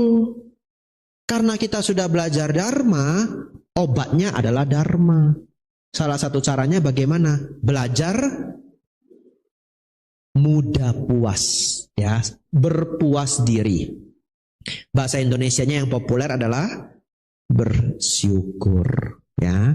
Bapak Ibu belajar bersyukur. Apa itu keinginan Bapak Ibu? Mengharapkan yang belum ada. Betul ya? Keinginan apa? Mengharapkan yang belum dimiliki. Bersyukur apa Bapak Ibu? Menghargai yang sudah dimiliki. Ya, bersyukur itu adalah menghargai yang sudah dimiliki. Kalau Bapak Ibu tidak pintar bersyukur, percaya saya Bapak Ibu, keinginan Anda sudah terwujud semua pun itu cuma sebentar, Anda nggak puas lagi, ya, Anda nggak puas lagi. Bersyukur Bapak Ibu, bersyukur. Semakin sering Anda bersyukur, hidup semakin bahagia. Bante, hidup saya tidak seindah itu Bante. Apa yang mau disyukuri? Ginjal masih aktif Bapak Ibu? Masih ya? Ditawar 20M mau jual? Nah, bersyukur. Nah, ditawar 20M enggak mau jual? Betul ya? Nanti Anda ke pesta Bapak Ibu. Teman Anda pakai Rolex, Grand Seiko. Nah, contoh ya. Ya, pokoknya pakai bermerek lah gitu. Kalau yang perempuan, tasnya yang bagus. Apa yang mahal Bapak Ibu? Apa? LV. Ya, LV. Mana tahu LV mau sponsor boleh? LV. Ya. Bawa tas mahal Bapak Ibu, LV. Ada yang lebih mahal lagi enggak, Ci? Hermes. Nah, Hermes ya, bacanya nggak pas enggak apa-apa. Ya, itu kan bahasa Prancis mungkin ya. Pokoknya saya bahasa Medan dah, Hermes ya. Bapak Ibu Saudara, Anda ke pesta Bapak Ibu, nggak bawa apa-apa. Teman Anda nanya, kamu kok sekarang pucet? Nah, itu bahasa dia begitu. Dia nggak mungkin bilang, toh tas kamu kok nggak branded, nggak mungkin. Kamu sekarang kok pucet gitu. Nah, Anda jawab, ini bercanda Bapak Ibu ya. Anda jangan serius sekali Bapak Ibu ya. Anda jawab begini, memang tas saya tidak bermerek. Tapi kemana-mana saya bawa 20M. Gitu. Hah? Mana? 20M mana? Jam tangan mana? 20M. Tas mana 20M? Ginjal. Oh gitu. Iya. Nah. Lalu teman Anda bilang, ini sekilo kurang 2 ons ini. Ya, Bapak Ibu Saudara, tapi kalau kita bersyukur hidup kita, yang punya tas-tas mahal kalah Bapak Ibu, ya. Yang punya jam tangan mahal kalah Bapak Ibu, ya. Tapi kalau yang punya jam tangan mahal, punya tas mahal, bisa bersyukur, dia sangat bersyukur, dia sangat mujur. Betul ya? Hidupnya nyaman, hidupnya bagus, fasilitas lengkap, dan pikirannya seneng. Tapi kalau tidak disertai rasa syukur, kemanapun kurang. Ya. Jadi Bapak Ibu Saudara, Anda tidak perlu cerita keadaan hidup kita seperti apa. Enggak. Bersyukur itu selalu ada caranya. Ya. Begitu kita bangun, bisa melihat sekeliling Bapak Ibu. Ada orang nggak pernah loh Bapak Ibu lihat sekeliling. Mohon maaf ya, mohon maaf. Ada orang nggak pernah loh lihat sekeliling. Di antara Bapak Ibu yang banyak, kalau ada yang tidak bisa, saya mohon maaf. Ya, hanya contoh saja. Bunga ini warna apa Bapak Ibu? Merah dan putih. Ada orang seumur hidup nggak bisa loh Bapak Ibu lihat merah. Betul ya? Ya. Setiap orang punya kelebihan dan kekurangan masing-masing. Ya, kalau yang kebetulan tidak bisa di ruangan ini, saya minta maaf sebagai contoh. Ya, ada orang lahir pendengarannya ini nggak bisa satu. Temannya sih nggak tahu. Kalau udah berteman lama baru tahu, betul ya? Ya. Kalau Bapak Ibu semua masih bagus, bersyukur nggak Bapak Ibu? Bersyukur, bersyukur. Siapapun yang pintar bersyukur, hidup mulai membaik ya. Kita lanjutkan Bapak Ibu. Tapi bagaimana nafsu keinginan dan ketidaktahuan menyebabkan penderitaan fisik? Bapak Ibu Saudara,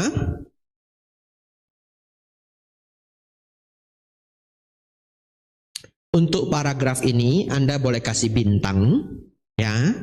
Saya bacakan aja. Tapi untuk beberapa orang itu dibaca sekali tidak bisa ngerti, ya. Anda pulang, Anda baca lagi, ya. Tapi saya tetap bacakan. Bagaimana nafsu keinginan dan ketidaktahuan menyebabkan penderitaan fisik? Hal ini dikarenakan nafsu keinginan menciptakan karma yang membawa pada kelahiran ulang. Menjadi terlahirkan artinya memiliki tubuh. Dan sebegitu kita telah memiliki tubuh, maka kita mudah tertimpa kecelakaan. Kita akan lahir lagi ya di antara 31 alam kehidupan.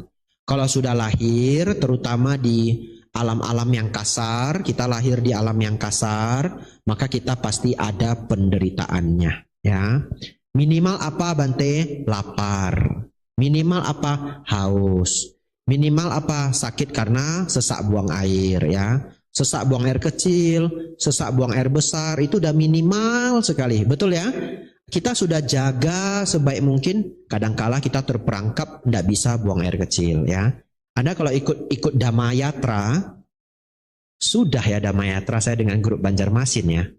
Ya, ini untuk yang lain ya, dan ini direkam juga. Saudara-saudari kalau kelak ikut Damayatra ke India, ingat ya, sebelum masuk tol, Anda buang air kecil dulu. Ya, jangan sok-sokan. Kenapa Bante? Di India masuk tol itu sudah nggak ada toiletnya. Ya, jauh Bapak Ibu toiletnya. Ada kadang ada rest areal tapi jauh. Dan sebenarnya bukan karena jauh saja. Di India itu tolnya cuma boleh kecepatan 80 km per jam, itu maksimal. Jadi supirnya jaga di 75. Anda stres Bapak Ibu, Anda sudah sesak, Anda bilang sama Pak Supir, dia santai aja. No toilet, no toilet. Lalu Anda stres sendiri, kenapa? Kecepatannya sama. Anda stres toh? Kalau nggak dikasih tahu Anda mikir, sudah tahu saya sesak, balap kenapa? Nggak bisa balap Bapak Ibu, kandas udah 75 km per jam, dia udah nggak berani naik. Nah, kita datang lagi 2 kali, datang lagi 3 kali, jawabannya sama. No toilet, no toilet. Tapi dia nggak mau balap ya. Jadi Bapak Ibu Saudara, kalau nanti ke India entah kapan, begitu tahu mau masuk tol, kurangin minum. Cepat-cepat ke toilet ya. Semoga Anda semua cepat-cepat berdamayatra ya. Sadu, sadu, sadu ya. Lanjut Bapak Ibu Saudara. Jika nafsu keinginan adalah penyebab penderitaan, apakah kita tidak boleh berjuang untuk hal apapun? Ini bagus Bapak Ibu ya, ini pertanyaan sejuta umat. Di sini Sang Buddha membedakan antara keinginan yang disertai kotoran batin, tanha, dan ketidaktahuan, awija, dengan keinginan yang tidak disertai kotoran batin dan tanpa kebodohan, canda. Jadi intinya Bapak Ibu, sebelum lanjut saya baca, keinginan dalam agama Buddha itu ada 2 ya. Satu yang baik, satu yang buruk. Yang buruk namanya tanha ya. 10 menit terakhir Bapak Ibu ya. Yang buruk namanya tanha. Yang baik namanya canda. Yang baik seperti apa Bante? Kita lanjut membaca. Hal-hal seperti keinginan untuk mencapai nibbana, menjadi orang tua yang baik, teman yang setia, rakyat yang bertanggung jawab, adalah contoh keinginan yang disertai dengan pengertian dan menghasilkan kebaikan, bukan penderitaan.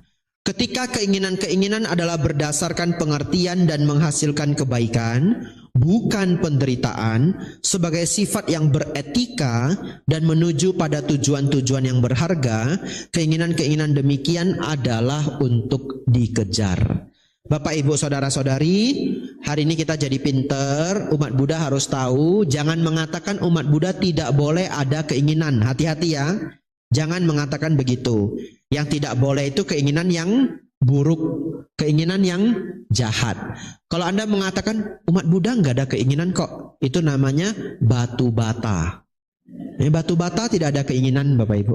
Ya, ya. Jadi Bapak Ibu Saudara, umat Buddha ada keinginan, tetapi kita mengusahakan keinginan-keinginan kita yang baik-baik. Ya, saya pernah dulu Bapak Ibu sudah lama, ada yang nanya ke guru.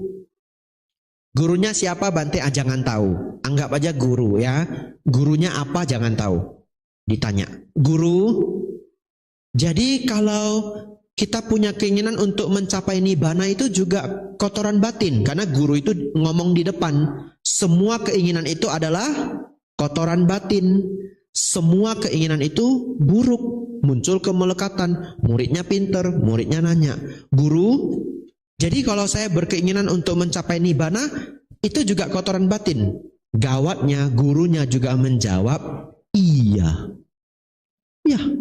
Ya, itulah sebabnya Bapak Ibu belajar dasar yang bagus itu sangat penting.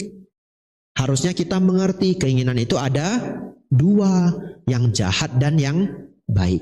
Yang jahat namanya tanha, yang baik namanya canda. Canda. Bapak Ibu Saudara, jadi jawaban itu keliru ya. Kalau ada yang mengatakan, Bante, saya punya keinginan jadi biku, berarti saya buruk ya karena ada keinginan. Tidak, itu keinginan yang baik.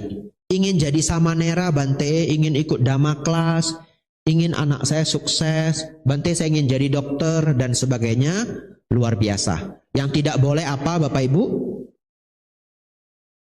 Terlalu terobsesi, ya. Walaupun keinginan itu baik, kita terlalu terobsesi, kita jatuh ke keserakahan. Kenapa? Karena bisa duka, ya. Terlalu kepengen, tiba-tiba nggak dapat, error Bapak Ibu, ya. Oleh karena itu, nikmati prosesnya, disiplin, ya, punya kebiasaan yang baik. Anda punya keinginan setinggi langit, tidak disertai kedisiplinan, tidak disertai dengan habit kebiasaan yang baik, enggak sampai Bapak Ibu Saudara. Betul ya? Jadi yang paling penting apa? Punya habit yang baik, kebiasaan-kebiasaan yang baik, punya kedisiplinan yang baik. Kerjakan sehari, 2 hari, 3 hari, konsisten ya. Tetap punya keinginan, tetap ya. Tapi bukan keinginan saja yang membara-bara, tapi tidak disiplin, tidak konsisten, itu tidak kemana-mana. Lebih baik Anda pikirkan gimana supaya saya punya habit. Habit itu bahasa Inggris artinya kebiasaan yang baik. Contoh, saya kepengen belajar, contoh Bapak Ibu ya, belajar bahasa Thai dah contohnya. Gimana supaya saya punya habit yang baik Bapak Ibu? Salah satu caranya, setiap pagi, setiap malam sebelum tidur, saya rapiin semua meja belajar saya. Supaya apa? Supaya besok belajarnya semangat. Betul enggak? Lalu buku itu sudah saya buka, halaman yang mau saya pelajari. Nah, jadi begitu saya pagi bangun, begitu lihat ke meja, nampaknya apa Bapak Ibu? Halaman terakhir yang saya baca. Muncul semangat? Muncul ya. Ini saya baca di buku Bapak Ibu ya. Ini teknik-teknik di buku. Salah satu bukunya Atomic Habits ya, yang nulis James Clear ya. Tapi ada juga buku habit yang agak tua yang nulis Charles Duhigg ya. Dan ada buku favorit saya mengenai habit-habit ini juga, judulnya adalah Slight Edge yang nulis Jeff Olson. Ini direkam. Jadi kapankala Anda ingin baca, Anda cek ya. Jadi Bapak Ibu kalau Bante, contoh ya, ini contoh supaya Anda ngerti maksud saya. Anda kepengen jogging, konsisten. Gimana biar jogging Anda konsisten? Anda gantung itu sepatu Anda di gagang pintu Anda.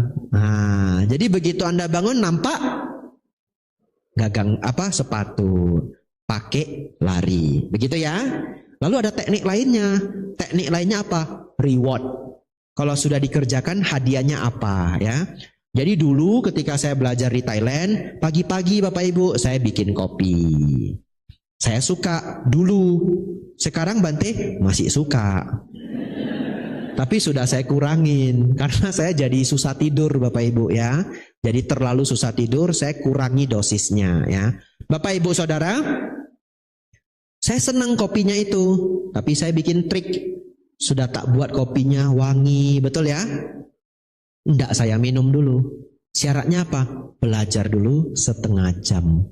Ya, setengah jam. Belajar, selesai. Ada alarmnya, beneran. Ya, pakai aplikasi. Nama aplikasinya Forest. Ini beneran ini. Nah, cek di Play Store. Forest. Forest.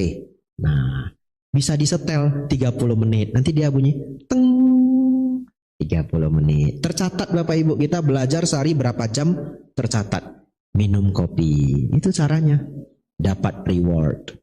Jadi setiap hari saya belajar berapa jam itu dapat, saya lihat. Oh, hari ini kok cuma 6 jam. Semalam 7 jam. Apa yang salah? Nah, dipikirkan ya. Karena ada datanya itu kelihatan Bapak Ibu. Saya dulu belajar seperti atlet Bapak Ibu. Seserius itulah saya Bapak Ibu ya. Ini supaya Anda termotivasi ya. Jadi adik-adik yang masih sekolah, jangan belajar buku di depan, nontonnya TikTok. Ya, itu kelihatan belajar. Coba Anda download apps yang saya tadi baru bilang, Forest. Anda download. Atau yang lebih simple ada namanya Pomodoro Clock. Ya, Pomodoro artinya tomat bahasa Italia. Setiap 25 menit dia kasih kita istirahat. Tapi kita bisa setel ke 30 menit. Bapak Ibu, Forest ya, Forest. Kadang-kadang, nah ini adik-adik yang masih sekolah, Anda cek sendiri. Anda ting Forest ya toh? Anda belajar, balas teman, belajar. Setiap Anda mau balas teman, Anda harus tutup Forestnya. Balas, belajar lagi. Mau balas teman, tutup Forestnya. Nanti sudah 3 jam, Anda terkejut Bapak Ibu Saudara. Belajarnya cuma 40 menit. Tapi kelihatan 3 jam. Ya, ini untuk yang masih sekolah ya. Jadi saran saya, Anda kalau mau juara, begitu mau belajar, HP-nya di flight mode, tutup, aktifkan Forest Apps itu, klik, duduk belajar 30 menit. Teng, bunyi, rehat 5 menit. Ya, rehat dah 5 menit boleh, ya. Lalu belajar lagi 30 menit. Rehat lagi 10 menit. Belajar lagi 30 menit. Rehat lagi 15 menit. Belajar 30 menit. Dapat 2 jam, ya. Nggak mesti ikut cara saya Bapak Ibu ya. Ini memotivasi adik-adik yang sudah datang. Bapak Ibu Saudara, ternyata sudah jam 9:10 ya. Sudah ada yang kurang semangat ya. Bante kok jadi cerita belajar gitu ya. Ya betul, karena saya lihat banyak adik-adik yang datang ya. Kalau yang sudah berumur sih memang udah nggak pakai. Tapi siapa tahu yang baru saya sampaikan yang cuma 7-8 menit tadi membawa beberapa adik-adik Banjarmasin ini kuliah sampai ke Tokyo University kelak. Betul enggak? Kita enggak pernah bisa tahu ya. Adik-adik yang duduk di belakang itu dia dengar beneran. Oh kata Bante kalau belajar HP di flight. Serius belajar dulu. Kelak adik itu nanti kemana? Ke Jerman. Kelak adik itu kemana? Ke Osaka. Ya toh? Kita tidak pernah tahu ya. Ada satu Romo Bapak Ibu Saudara. Saya tidak sebut namanya karena saya tidak permisi. Anaknya sangat luar biasa. S1 Jepang. Beasiswa. S1. Kuliah S1 selesai. Wisuda Bapak Ibu. Orang luar negeri loh. Dipanggil kasih speech di depan. Nilai terbaik dari semua pelulus. Ya. Umat Buddha kita Bapak Ibu. Anak dari salah satu Romo. Saya kasih clue lah. Petunjuk. Romonya terkenal gitu ya. Ya. Yang mana Bante? Cuma bisa ngomong sejauh itu. S1 selesai, beasiswa, nilai terbaik, lanjut S2. S2 kemana Bapak Ibu? Jerman. Ya, beasiswa. Selesai lagi, lulusan yang bagus. Lanjut S3. Kemana? Amerika. Ya, beasiswa lagi. Luar biasa ya. Semoga menginspirasi adik-adik yang di sini ya, yang SD, SMP, SMA belajar sampai jauh. Tutup Bapak Ibu. Tidak terasa sudah jam 9:10 ya. Saya minta 5 menit boleh? Boleh ya. Saya minta 5 menit tambahan. Apa kebenaran mulia yang pertama Bapak Ibu? Adanya duka. Apa kebenaran mulia yang kedua? Sebab duka. Ya, apa sebabnya Bapak Ibu? Tanha dan awija. Nomor 1 apa? Adanya duka. Nomor 2 apa? Sebab duka. Bapak Ibu Saudara, 3 tambahan terakhir, 5 menit ya. Kalau ada duka terus bagaimana Bante? Karena kita sudah belajar bahwa ada duka dalam kehidupan kita.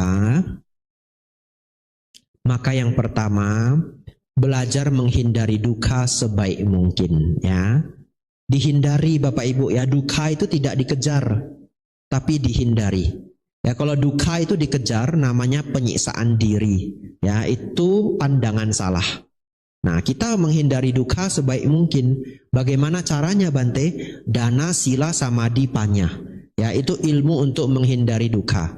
Kok bisa Bante? Ya, kalau kita merawat 5 sila, kita tidak ganggu siapapun, kita tidak ada musuh, ya. Kalau kita senang membantu, kita banyak teman, ya. Kalau kita punya kebijaksanaan, kita sedikit konflik. Dan kalau kita punya samadhi, kita tenang seimbang. Bapak Ibu Saudara, yang pertama, belajar menghindari duka. Kalau tidak terhindarkan Bante, belajar nerima. Ya, kalau tidak terhindarkan, belajar nerima. Bagaimanapun dalam hidup kita ada penderitaan. Kalau berat Bante, belajar bersabar. Ya, keluarkan mantra kita Bapak Ibu. Kesabaran adalah tapa tertinggi. Ya, kesabaran adalah tapa tertinggi. Dan yang terakhir, ambillah duka sebagai guru Bapak Ibu. Ya, ambillah duka sebagai guru.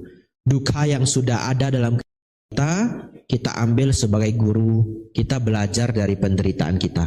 Apa yang salah, apa yang keliru, apa yang harus diubah, ya. Dan Sang Buddha mengatakan, barang siapa melihat duka, ia melihat dhamma. Dan barang siapa melihat dhamma, ia melihat Sang Buddha. Ya.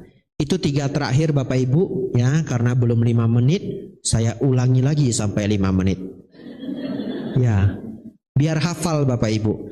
Kenapa saya kalau mengajar itu saya ulang-ulang. Karena saya setiap hari menghafal Bapak Ibu. Saya setiap hari menghafal. Saya sangat suka menghafal. Jadi saya tahu kalau Anda tidak hafal, minggu depan lupa. Ya. Jadi kalau saya ulang, nyantol Bapak Ibu 70%, lumayan, ya. Tahun depan lupa juga. Ya. Apa nomor 1 Bapak Ibu? Menghindari duka sebijaksana mungkin. Apa nomor 2? Nerimo, ya. Kalaupun tidak terhindarkan, ya sudah, kita terima. Kalau berat Bapak Ibu, bersabar, ya. Jadi nomor 2 itu nerima dan bersabar. Apa yang ketiga Bapak Ibu? Mengambil duka sebagai guru. Mengambil duka sebagai guru. Saya tutup dengan kalimat seorang pinter, namanya adalah Naval Ravikant Bapak Ibu, ya. Dia triliuner dari Amerika. Dia sudah pensiun, dalam artian sudah tidak banyak kegiatan. Dia setiap hari membaca buku. Dan dia sangat senang dengan ajaran Sang Buddha. Tetapi dia seorang pemikir modern, ya. Jadi dia suka campur-campur adukkan ajaran A, B, C, dan D. Tetapi dia pernah mengatakan satu hal yang sangat baik. Dia mengatakan bahwa skill terbaik di kehidupan ini adalah we can always see the bright side on everything. Itu. Ya. We can always see the bright side on everything. Penerjemahannya besok malam. Ya. Ya. Penerjemahannya apa Bapak Ibu? Kita harus selalu bisa melihat sisi terang dari segalanya. Ya. Melihat sisi terang dari segalanya. Itu sulit Bapak Ibu, tapi dia bilang apa? Paksain. Itu kata dia, paksain. Lalu orangnya nanya, kalau nggak ketemu, cari sampai dapat. Aneh ya, cari sampai dapat. Ternyata, kalau Anda mengalami sesuatu yang sial, yang tidak beruntung, yang tidak nyaman, see the bright side. Lihat sisi terangnya. Nggak ketemu, cari sampai dapat. Ya, saya pernah ketinggalan pesawat Bapak Ibu. Ya, kalau hanya bersedih tidak ada gunanya. Ya. Lalu bagaimana see the bright side? Lihat sisi terangnya. Ketinggalan pesawat, terangnya apa? Jadi kapok. Betul enggak? Iya, jadi kapok. Untung masih ada pesawat pagi besoknya. Coba kalau tidak ada pesawat pagi besoknya. Coba kalau satu ketika saya tidak bisa hadir acara sangat besar. Yang bahkan wali kota hadir atau gubernur hadir. Atau bukan masalah pejabat dah. Talk show gitu. Sudah sewa hotel dan sebagainya. Tidak ada penerbangan lainnya. Gawat enggak Bapak Ibu? Ya mending saya ketinggalan pesawat di hari itu. Biar kapok saya. Ya. Sejak itu Bapak Ibu, kalau duduk ini pesawat belum terbang, sudah waktunya saya dengerin setiap pengumuman. Dulu setiap pengumuman saya nggak dengerin. Rupanya dia pindah gate Bapak Ibu. Itu pesawat kadang pindah gate, beneran. Ya, terbang dia sudah. Caicien katanya. Sayonara. Ya, karena sudah lewat 5 menit, tidak mau saya paksain lagi Bapak Ibu ya. Anumodana semuanya. Bawa pulang dhamma yang indah ini, selalu bisa melihat sisi terang dari segalanya. Besok kita lanjut belajar. Sabe sata bawantu sukitata. Semoga semua makhluk hidup berbahagia.